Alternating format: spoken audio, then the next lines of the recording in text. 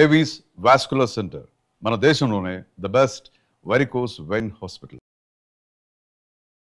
నమస్తే రమగారు. నమస్తే జయ. రమగారు, మనము విక్రమార్కుడిది కొత్త సిరీస్ మాట్లాడుకుంటున్నాం. భోజుడికి ఒక సింహాసనం దొరికింది.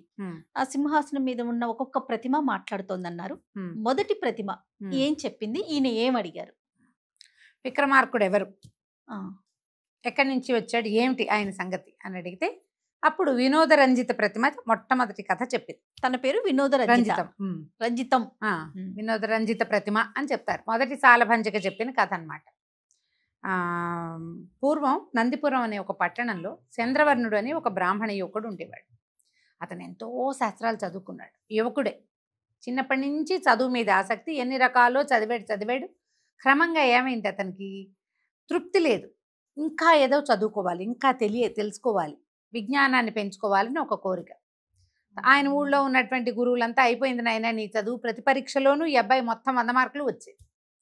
ఇలాగ అయ్యేసరికి ఈ చంద్రవర్ణుడు ఇంకొక గురువు కోసం అన్వేషిస్తూ ప్రయాణం ప్రారంభించాడు. మధ్య మధ్యలో రకరకాల ఊళ్ళు నగరాలు దాటుకుంటూ ఉండేవాడు. ప్రతి చోట తన విద్యను పరీక్షించుకునేవాడు. తనకి ఇంకా చెప్పగలిగే వాళ్ళు అతనికి దొరకల. ఈ ప్రయాణ మధ్యంలో అతను వింధ్యాటవిలోకి ప్రవేశించాడు, వింధ్యారణ్యంలో. ఈ వింధ్యారణ్యంలోకి పెద్ద చెరువు ఉందట లోపల. ఈ చెరువులో మంచినీళ్ళు తాగి ఆ కింద ఒక చెరువు పక్కన ఒక చెట్టు ఉంటే ఆ చెట్టు కింద అలా పడుకుని ఉన్నాడు. ఒక రకమైన దిగులు పుట్టిందనమాట. ఏమిటి, ఎంత ప్రయత్నం చేసినా నాకు వచ్చిందిగా ఉంది, పెరగటం లేదు నా విద్య. ఇలా దిగులు పడుతున్నాడు. ఈ ప్రయాణాల్లో కొంచెం అలసిపోయాడు. ఆ చెట్టు కింద పడుకొని నిద్రపోయాడు. అయితే ఆ చెట్టు మీద ఒక బ్రహ్మరాక్షసుడు ఎంతో కాలంగా ఉన్నాడు. సాధారణంగా ఈ బ్రహ్మరాక్షసుల గురించి ఒక మాట చెప్పాలి. వీళ్ళు సాధారణంగా బ్రాహ్మణులకే బ్రహ్మరాక్షస్సు వస్తుంది ఆ గుణం. విద్యావంతులైన బ్రాహ్మణులు తమ చదువుని ఇతరులకు చెప్పకపోయినా, విద్యని పంచకపోయినా, తాము చేయవలసిన క్రియాకలాపాలు సరిగ్గా చేయకపోయినా, ఏదైనా చేయకూడని పాపాలు గనక చేస్తే వాళ్ళకి బ్రహ్మరాక్షసత్వం వస్తుంది. ఓహో. ఈ పైన ఉన్న బ్రహ్మరాక్షసుడు ఎవరు, పూర్వకాలంలో ఒక గురువుగా ఉన్నవాడు. ఆయన ఎవరికి విద్య నేర్పకపోవటం, అంటే పూర్ణ విద్య ఎవరికి ఇవ్వకపోవటం వల్ల దాచుకోకూడదు విద్య. అదేలేండి, అసలు గురువు అసలు దాచకూడదు. ఈ దాచుకోవటం వల్ల ఆయన బ్రహ్మరాక్షసుడు అయ్యాడు. ఆయనకి తెలుసు తన సమస్య.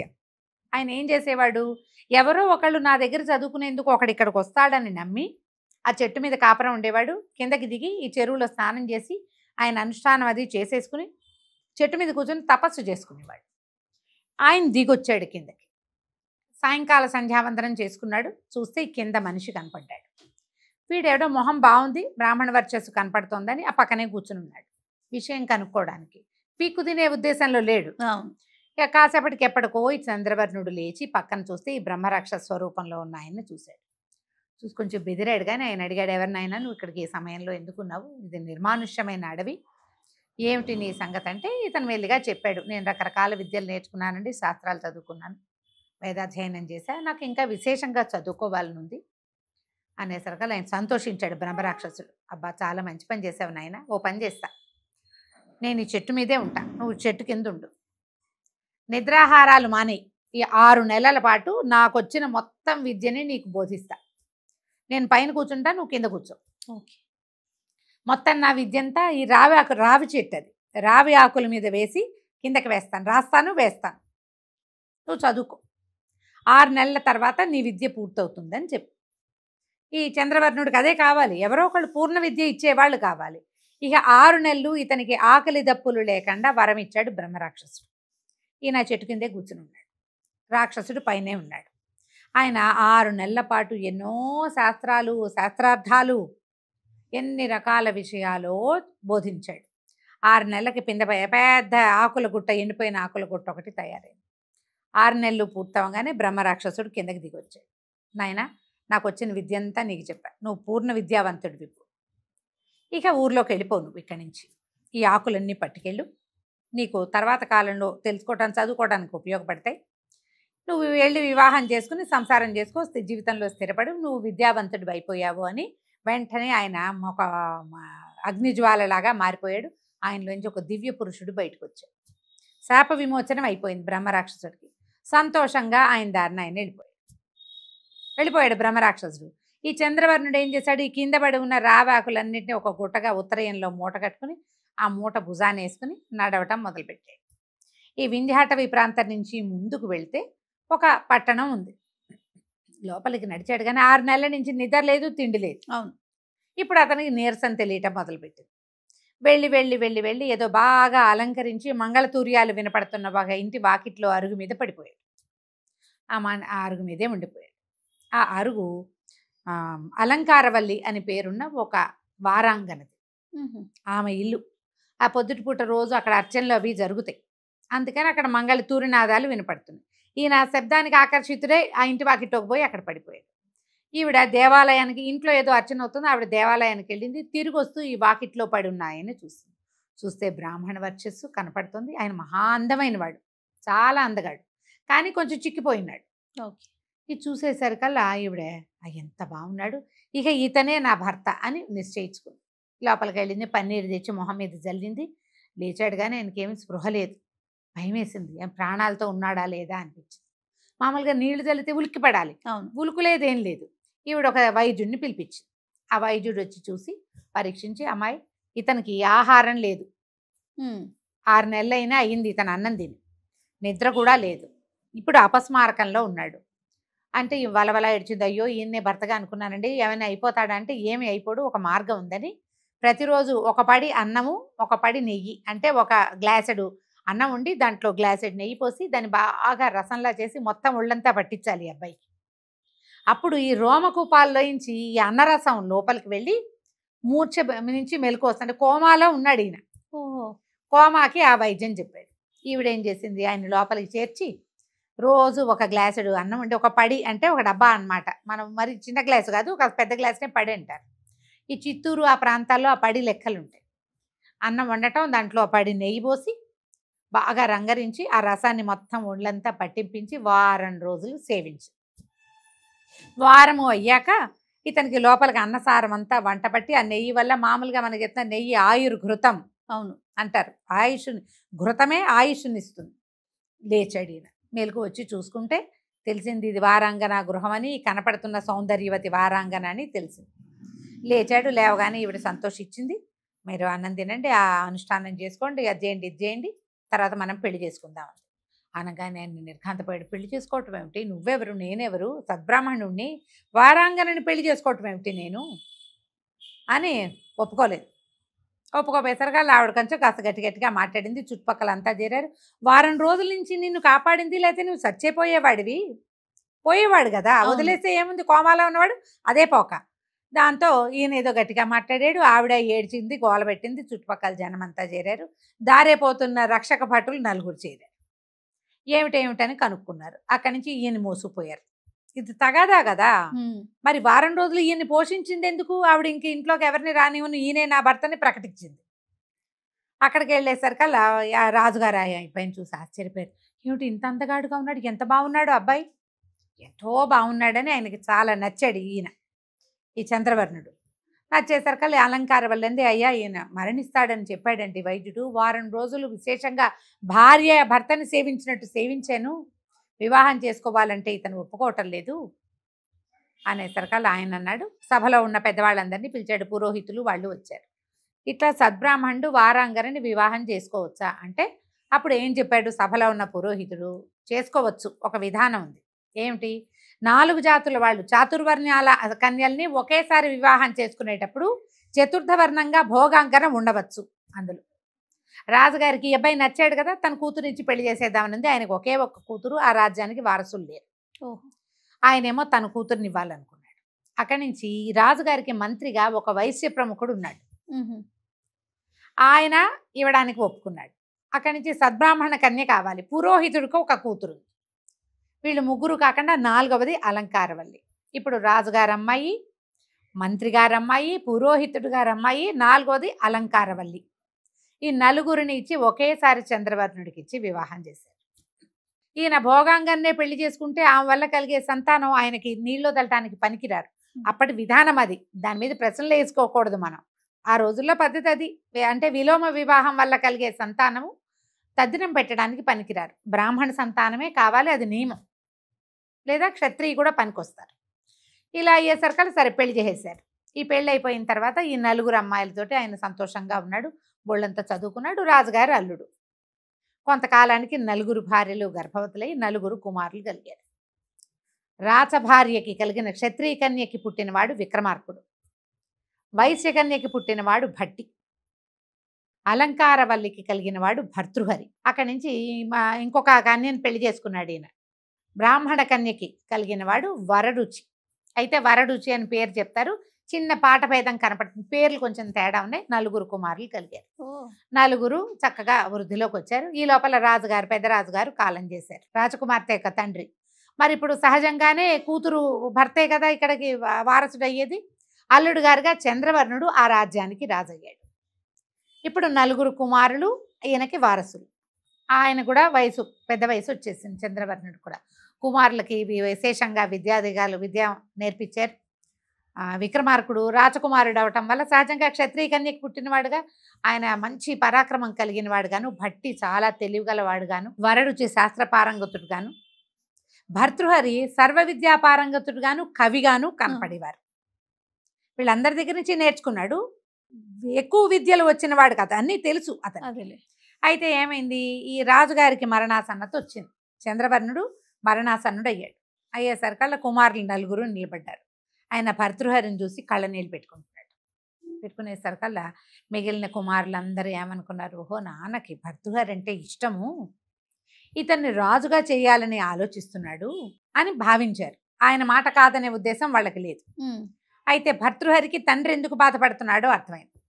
అయితే ఏం చెప్పాడంటే, మీరు బాధపడకండి, నాకు తెలుసు నాకు కలిగే సంతానం వల్ల మీకు పితృలోకాలు రావు.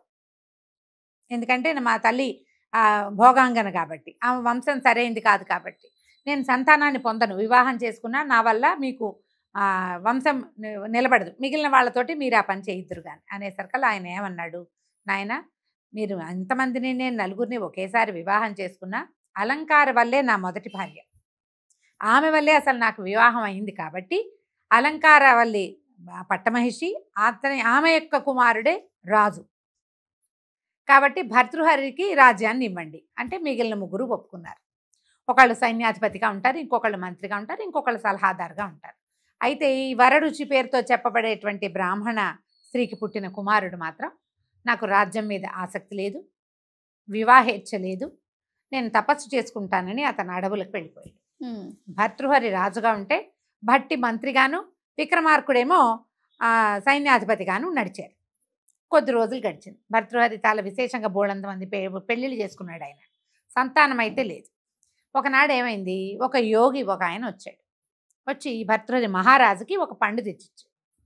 ఏం చెప్పాడంటే, ఈ పండు చాలా అద్భుతమైనది, జరామరణాలు ఉండవు, వృద్ధాప్యం రాదు, మరణం రాదు, ఈ పండును స్వీకరించండి అన్నాడు. ఈ భర్తృహరి గారికి పెద్ద భార్య అంటే పరమ ప్రీతి. భార్య దగ్గరికి వెళ్ళి ఆ పండుని ఆవిడకిచ్చాడు. దీంతో జరామరణాలు రావట, నాకు నువ్వంటే పరమప్రీతి కాబట్టి నేను నీకు తెచ్చిచ్చాను, నువ్వు స్వీకరించు దీన్ని అని. పరమప్రీతే పెద్ద భార్య అంటే. కానీ పెద్ద భార్యకి ప్రీతికరమైన వాడు ఇంకొకడు ఉన్నాడు. ఆవిడేం చేసింది, ఆ పండుని తనకి చిన్నప్పటి నుంచి తనతో స్నేహంగా ఉండి రాజుగారి లేనప్పుడు తనతో కలిసి ఉండేవాడు ఒకడికి ఆ పండుని అప్పచెప్పింది. వాడు ఒక అశ్వచోదకుడు, అంటే గుర్రాలు దోలేవాడు. రాజుగారి భార్యది ఎంత బ్యాడ్ చాయిసో చూడు. అయితే వాడికి ఇచ్చింది, నీకు జరామరణాలు ఉండవు, నువ్వు ఎప్పుడు యవ్వనంగా ఉంటావు, నేను నీతో సంతోషంగా ఉంటాను, ఈ పండు తీసుకోమని. ఆ పండు మహత్యం ఎవరికి తెలుస్తుంది, వాడికి ఏం తెలుసు, ఏదో మంచి పండని వాడేం చేశాడు, ఆ పండుని తీసుకుపోయి, వాడికి ఇంకొక ప్రేయస్ ఉంది, రాణిగారు అప్పుడప్పుడు పలకరిస్తాడు, వాడికి సహజ ప్రేయస్ ఒకటి ఉంది, అదొక దాసి. ఆ దాసి ఏం చేస్తుంది, పళ్ళు అమ్ముతుంది, కూరలు అమ్ముతుంది రోడ్ల మీద, దానికి అప్పచెప్పాడు ఆ పండు. కాలంగాని కాలంలో కనపడిన మామిడి పండు చూసి అది ఇంటికెళ్ళి తన భర్త పిల్లలతోటి తినచ్చని ఆ పండుని బుట్టలో పెట్టుకుని కూరలు అమ్మబోయి కూరలన్నీ అమ్ముకున్నాక బుట్టతో సహా ఇంటికి వెళ్తారు. ఈ భర్తృహరి గారు రాత్రి సాయంకాలం వేళ ఈ మన సౌధోపరి భాగంలోకి పైకెక్కి పచారులు చేస్తున్నాడు. కింద పైనుంచి చూస్తుంటే ఆయనకి పచ్చటిదేదో ఆయన దృష్టిని ఆకర్షించింది. తీరా చూస్తే అదొక మామిడి పండని, కాలంగాని కాలంలో మామిడి పండు ఎక్కడిది అని ఆశ్చర్యపోయి ఆయన గుర్తొచ్చింది, మన దగ్గరికి ఒక పండు వచ్చింది, కాలంగాని కాలంలో మామిడి పండే విశేషం. ఆ అమ్మిని పిలిచి కేకేసి అడిగాడు, ఈ పండు నీకు ఎక్కడిది అంటే ముందు భయం వేసింది కానీ తర్వాత మెల్లిగా ఒప్పుకుంది. ఫలానా ఒక స్నేహితుడు ఉన్నాడు, వాడిచ్చాడని. ఈ స్నేహితుడు ఎవడు, వాడిని పట్టుకున్నారు. వాడు ఒక అశ్వశోధకుడు, వాడిని పట్టుకొస్తే వాడు మంచి కండలు తిరిగి స్ఫురద్రూపిగా ఉన్నాడు. వాడిని గట్టిగా దండించేశారు. కల్లా రాణిగారు నాకు స్నేహితురాలు, ఆమె ఇచ్చి ఆ పండును పట్టుకుని భర్తృహరి గారి భార్య దగ్గరకు వచ్చాడు. ఇంత పని చేసావా నువ్వు? నేను ఒక మహారాజును అయ్యుండి ఇంత విశేషమైన ప్రజ్ఞ కలిగిన తమ్ముళ్లతోటి సేవించబడే రాజ్యానికి ప్రధానమైన వాడిని నువ్వు ప్రధానురాలివి, ఈ పని చేసావే. నాకు స్త్రీ వ్యామోహం, సంతాన వ్యామోహం ఉండదని మా తండ్రికి మాటిచ్చాను. నేను స్త్రీ వ్యామోహం కూడా ఉండకూడదని భగవంతుడు నాకు తెలియజేశాడు. నీ దారిని నువ్వు వెళ్ళిపో అని చెప్పి తన మొత్తం భార్యలందరినీ విముక్తులు చేసేశాడు.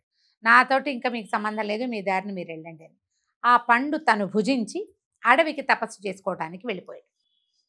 భర్తృహరి పరమాద్భుతమైన శతకం రాశాడు. 100 శ్లోకాలు ఆయన రాసినవి సంస్కృతంలో. భర్తృహరి శతకం ఎంత అద్భుతమైనవంటే మన యోగి వేమన పద్యాలు ఎలాంటి ఆణిముత్యాలు, భర్తృహరి రాసినటువంటి సుభాషితాలు, శతకం సుభాషితాలు ఆణిముత్యాలు. ఆయన జీవితానుభవం అంతా దాంట్లో కనపడుతుంది. ఆయన అడవికి వెళ్ళిపోతూ తమ్ముడైన విక్రమార్కుడికి క్షత్రియ కుమారుడైన ఆయనకి రాజ్యాన్ని అప్పచెప్పాడు. మీ ఇద్దరు తండ్రి గారు సమర్పించిన రాజ్యాన్ని జాగ్రత్తగా చూసుకోండి, ఇంకా నన్ను ఆశించద్దు, నేను రాను. ఆయన వెళ్ళిపోయాడు. వెళ్ళి ఏవో గుహలలో ఉండి ఎంతకాలమో తపస్సు చేసుకుని, ఆయనకి జరా మరణం లేదు ఆ పండు వల్ల. అలాగే ఉండి ఎన్నో సుభాషితాలు ప్రపంచానికి అందించాడు. తర్వాత రాజు అయిన వాడు విక్రమార్కుడు. ఈ విక్రమార్కుడు భట్టి ఇద్దరు చాలా విశేషమైన ప్రజ్ఞతోటి రాజ్యం చేసుకున్నారు, ముందుకు తీసుకెళ్లారు. అయితే ఈయన చాలా ప్రజ్ఞావంతుడు. అసలు ఈగ కత్తి యుద్ధంలో ఆరితేరిన వాడు ఎవరు? విక్రమార్కుడు. అయితే అతనికి ఏమనిపించిందంటే, మనం ఇంత ప్రజ్ఞావంతులమై ఇంత చిన్న రాజ్యం ఏమిటి, రాజ్యాన్ని విస్తరిద్దాం. లెక్క ప్రకారం మనం 4 అన్నదమ్మలుంటే నలుగురికి సరిపడా దీనికి 4 ఇంతలు ఉండద్దా? పెద్దవాళ్ళు ఇద్దరు వెళ్ళిపోయారు అనుకో, ఆఖరివాడు మధ్యలో వాడు వెళ్ళిపోయారు, నువ్వు నేను మిగిలేము, మనకైనా ఈ చిన్న రాజ్యం ఏమిటి మన ప్రజ్ఞకి అని చెప్పి రాజ్య విస్తరణ మొదలుపెట్టారు. రాజ్యాన్ని చాలా విస్తరించారు. చుట్టుపక్కల ఎందరో రాజులు వీళ్ళకి పాదాక్రాంతం అయ్యారు. అయిన తర్వాత విక్రమార్కుడికి ఏమనిపించిందంటే, మనం ఒక రాజధాని కట్టుకుందాం, మన రాజ్యాన్ని అక్కడికి మారుద్దాం, అనువైన ప్రదేశాన్ని వెతకమని భట్టికి చెప్పారు. ఈ భట్టి నేను ప్రదేశాన్ని వెతుకుతానని అన్నగారికి చెప్పి, అన్నగారు రాజ్యం చేస్తుండగా భట్టి దేశాటనకి వెళ్ళాడు. ఈయన కొన్ని యుద్ధాలు చేసుకుంటున్నాడు, ఆయన దేశాటనకి బయలుదేరాడు. ఈ వెళ్ళగా వెళ్ళగా వెళ్ళగా వెళ్ళగా ఈ భట్టి గారికి వింధ్యపురి అనే ప్రాంతంలో అక్కడ గుణనిధి అలాంటిది ఒక నది ప్రవాహం ఉంది. క్షిప్రా నది అని చెప్పాలి మనం, క్షిప్ర ఆ నది. ఆ నదీ పరివాహక ప్రాంతంలో ఒక అత్యద్భుతమైన భద్రకాళీ దేవాలయం కనపడింది. ఆయన అమ్మవారు విశేషంగా కనపడుతోంది స్వరూపం. చాలా అంటే ఆమె ఎంత శక్తివంతురాలంటే, ఆమె ఎదురుగుండా ఉన్న కోనేట్లో ఒక ఆయుధం నిలబెట్టబడి ఉంది, దానికి ఆధారం లేదు, ఇట్లా గాల్లో తేలుతోంది. అది పెద్ద మర్రి చెట్టు, ఎంత శాఖోపశాఖలుగా ఉందో. ఆ మర్రి చెట్టుకి రకరకాలుగా సైజుల్లో ఉట్టి ఉంటుంది కదా, అవి వేళ్లాడుతున్నాయి. లోపలికి వెళ్ళాడు దేవాలయంలోకి. విశేషంగా కనపడుతోంది. లోపలికి వెళ్తే అంటే కొంతమందికి మనకు ఎనర్జీ తెలుస్తుంది కదా, ఇక్కడ ఏదో శక్తి ఉంది అని. ఆయనకు చాలా సంతోషం కలిగింది. ఇదే మనం ఉండాల్సిన ప్రదేశంగా అనిపించే దేవాలయంలో కూర్చునేసరికల్లా అమ్మవారు కత్తి అందిస్తున్నట్టు, నవ్వుతున్నట్టు అట్లా ఆయనకు కనపడడం మొదలుపెట్టి చాలా సంతోషం కలిగింది. ఈ ప్రాంతాన్ని మనం పరిశీలిద్దాం, ఈ ప్రాంతాన్ని అన్నయ్యకి చూపిద్దాం అనుకున్నాడు. ఆయన ఈ దేవాలయం అంతా తిరుగుతుంటే ఒక చోట ఒక శిలాఫలకం కనపడింది. దాని మీద ఒక ప్రకటన రాయబడి, ఎవరైతే బ్రాహ్మణ క్షత్రియ వైశ్య శూద్ర 4 జాతుల్లో వాడు ఎవరైనా సరే, మహాసాహసికుడు ఎవడైనా ఈ దేవికి ఎదురుగుండా ఉన్న చెట్టు మీద ఉన్న 7 ఉట్లని ఒకేసారి ఒక్క కత్తివేటుతోటి తెగ్గొట్టి శూలాయుధం మీదకి తల్లకిందులుగా గనక దూకగలిగితే వాడికి దేవి ప్రత్యక్షమవుతుంది, కోరిన కోరిక తీరుస్తుంది. విక్రమార్కుడే పరమసాహసి, భట్టి ఆయనకి తమ్ముడు, సాహసంలో తక్కువ కాదు. అతనికి ఏమనిపించింది, ఈమె అమ్మవారు చూస్తే పరమశక్తివంతంగా ఉంది, ఈ ప్రకటన మరీ వింతగా ఉంది, ఈ ప్రకటన ప్రకారం చేస్తే గనక ఇక్కడున్నది ఏదో మనకి లభ్యమవుతుంది. ప్రకటన కింద రాయబడింది, అమ్మవారి ఎదురుకుండా నవనిధులు పాతిపెట్టబడి ఉన్నాయి. నవనిధులు అంటే సామాన్యం కాదు అని, ఒక నిధి దొరికితేనే గొప్ప, నవనిధులు అంటే సామాన్యమైంది కాదు.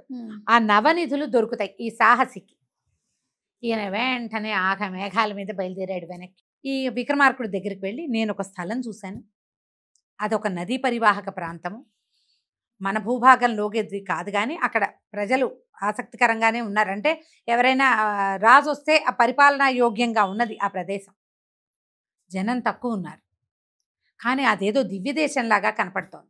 ఇక్కడ ఒక భద్రకాళి అమ్మవారి దేవాలయం ఉంది, అమ్మ విశేషంగా ఉంది. అక్కడ ఒక ప్రకటన ఉంది శిలాఫలకం మీద, మనం అది చూద్దాం పదని అన్నయ్యని వెంబడి పెట్టుకుని వచ్చాడు. ఈ విక్రమార్కుడు కూడా ఈ శక్తిని ఫీల్ అయ్యాడు, ఆయన కూడా తెలిసింది.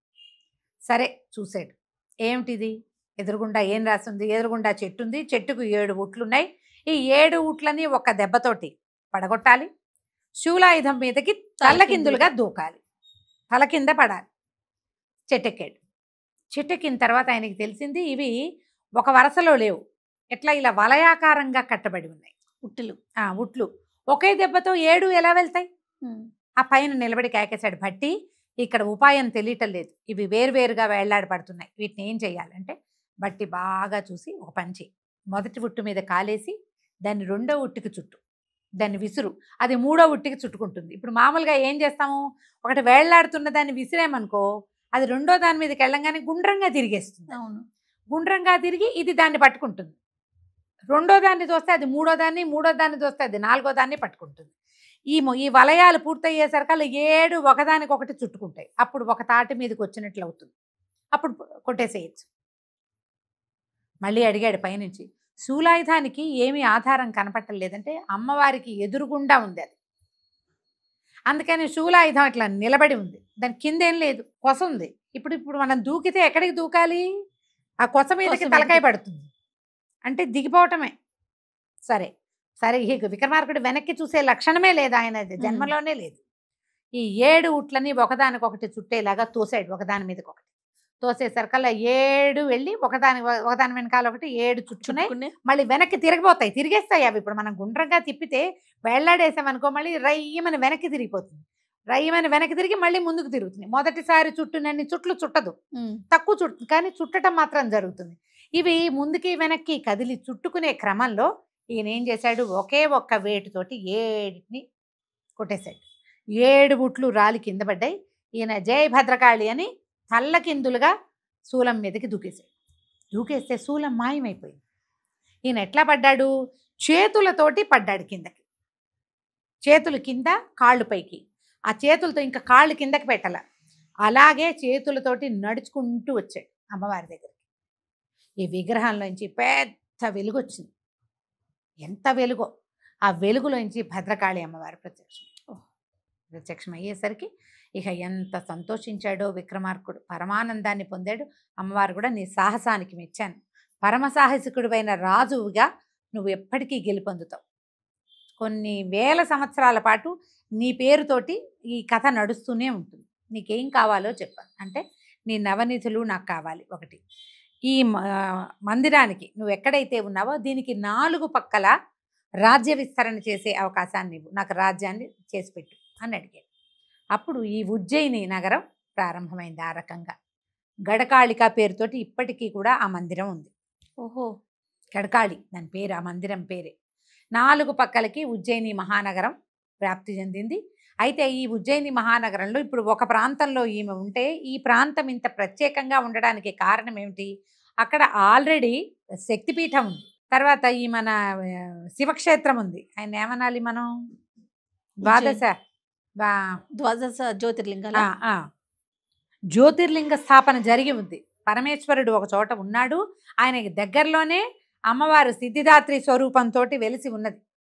అక్కడ దాకా ఈ నగరం విస్తరించింది. గడకాళిక నుంచి కాళికా ఆలయం నుంచి 4 పక్కలకి విస్తారంలో ఈ మొత్తం ఈయన ఈ జ్యోతిర్లింగము, తర్వాత అమ్మవారు వెలిసి ఉన్నటువంటి ఆ శక్తి స్వరూపము, శక్తిపీఠము అన్నీ కవర్ అయ్యేలాగా పెద్ద మహానగరం వెలిసింది. ఆ నది క్షిప్రా నది, ఆ నగరమేమో ఉజ్జయినిగా వెలిసింది. ఈ ఉజ్జయిని మహానగరాన్ని తన రాజధానిగా చేసుకుని విక్రమార్కుడు ఇక్కడి నుంచే తను సాధించినటువంటి అన్ని రాజ్యాలని పరిపాలించాడు. ఇది విక్రమార్కుడు యొక్క పుట్టుక. ఆయనకి ఉజ్జయిని ఎలా లభించిందో వినోదరంజితం చెప్పిన కథల్లో మొదటి భాగం. ఇంకా 2వ భాగం ఉంది, అది మళ్ళీ చెప్పుకో. తప్పకుండా రమ్మగారు. ఇన్ని రోజులు విక్రమార్కుడి గురించి ఆయన సాహసాలే విన్నాం తప్ప ఆయన పుట్టుక అదే. తెలుసుకోవటం చాలా ఆనందం అనిపిస్తోంది. చాలా బాగుందండి. నమస్తే. నమస్తే జయ.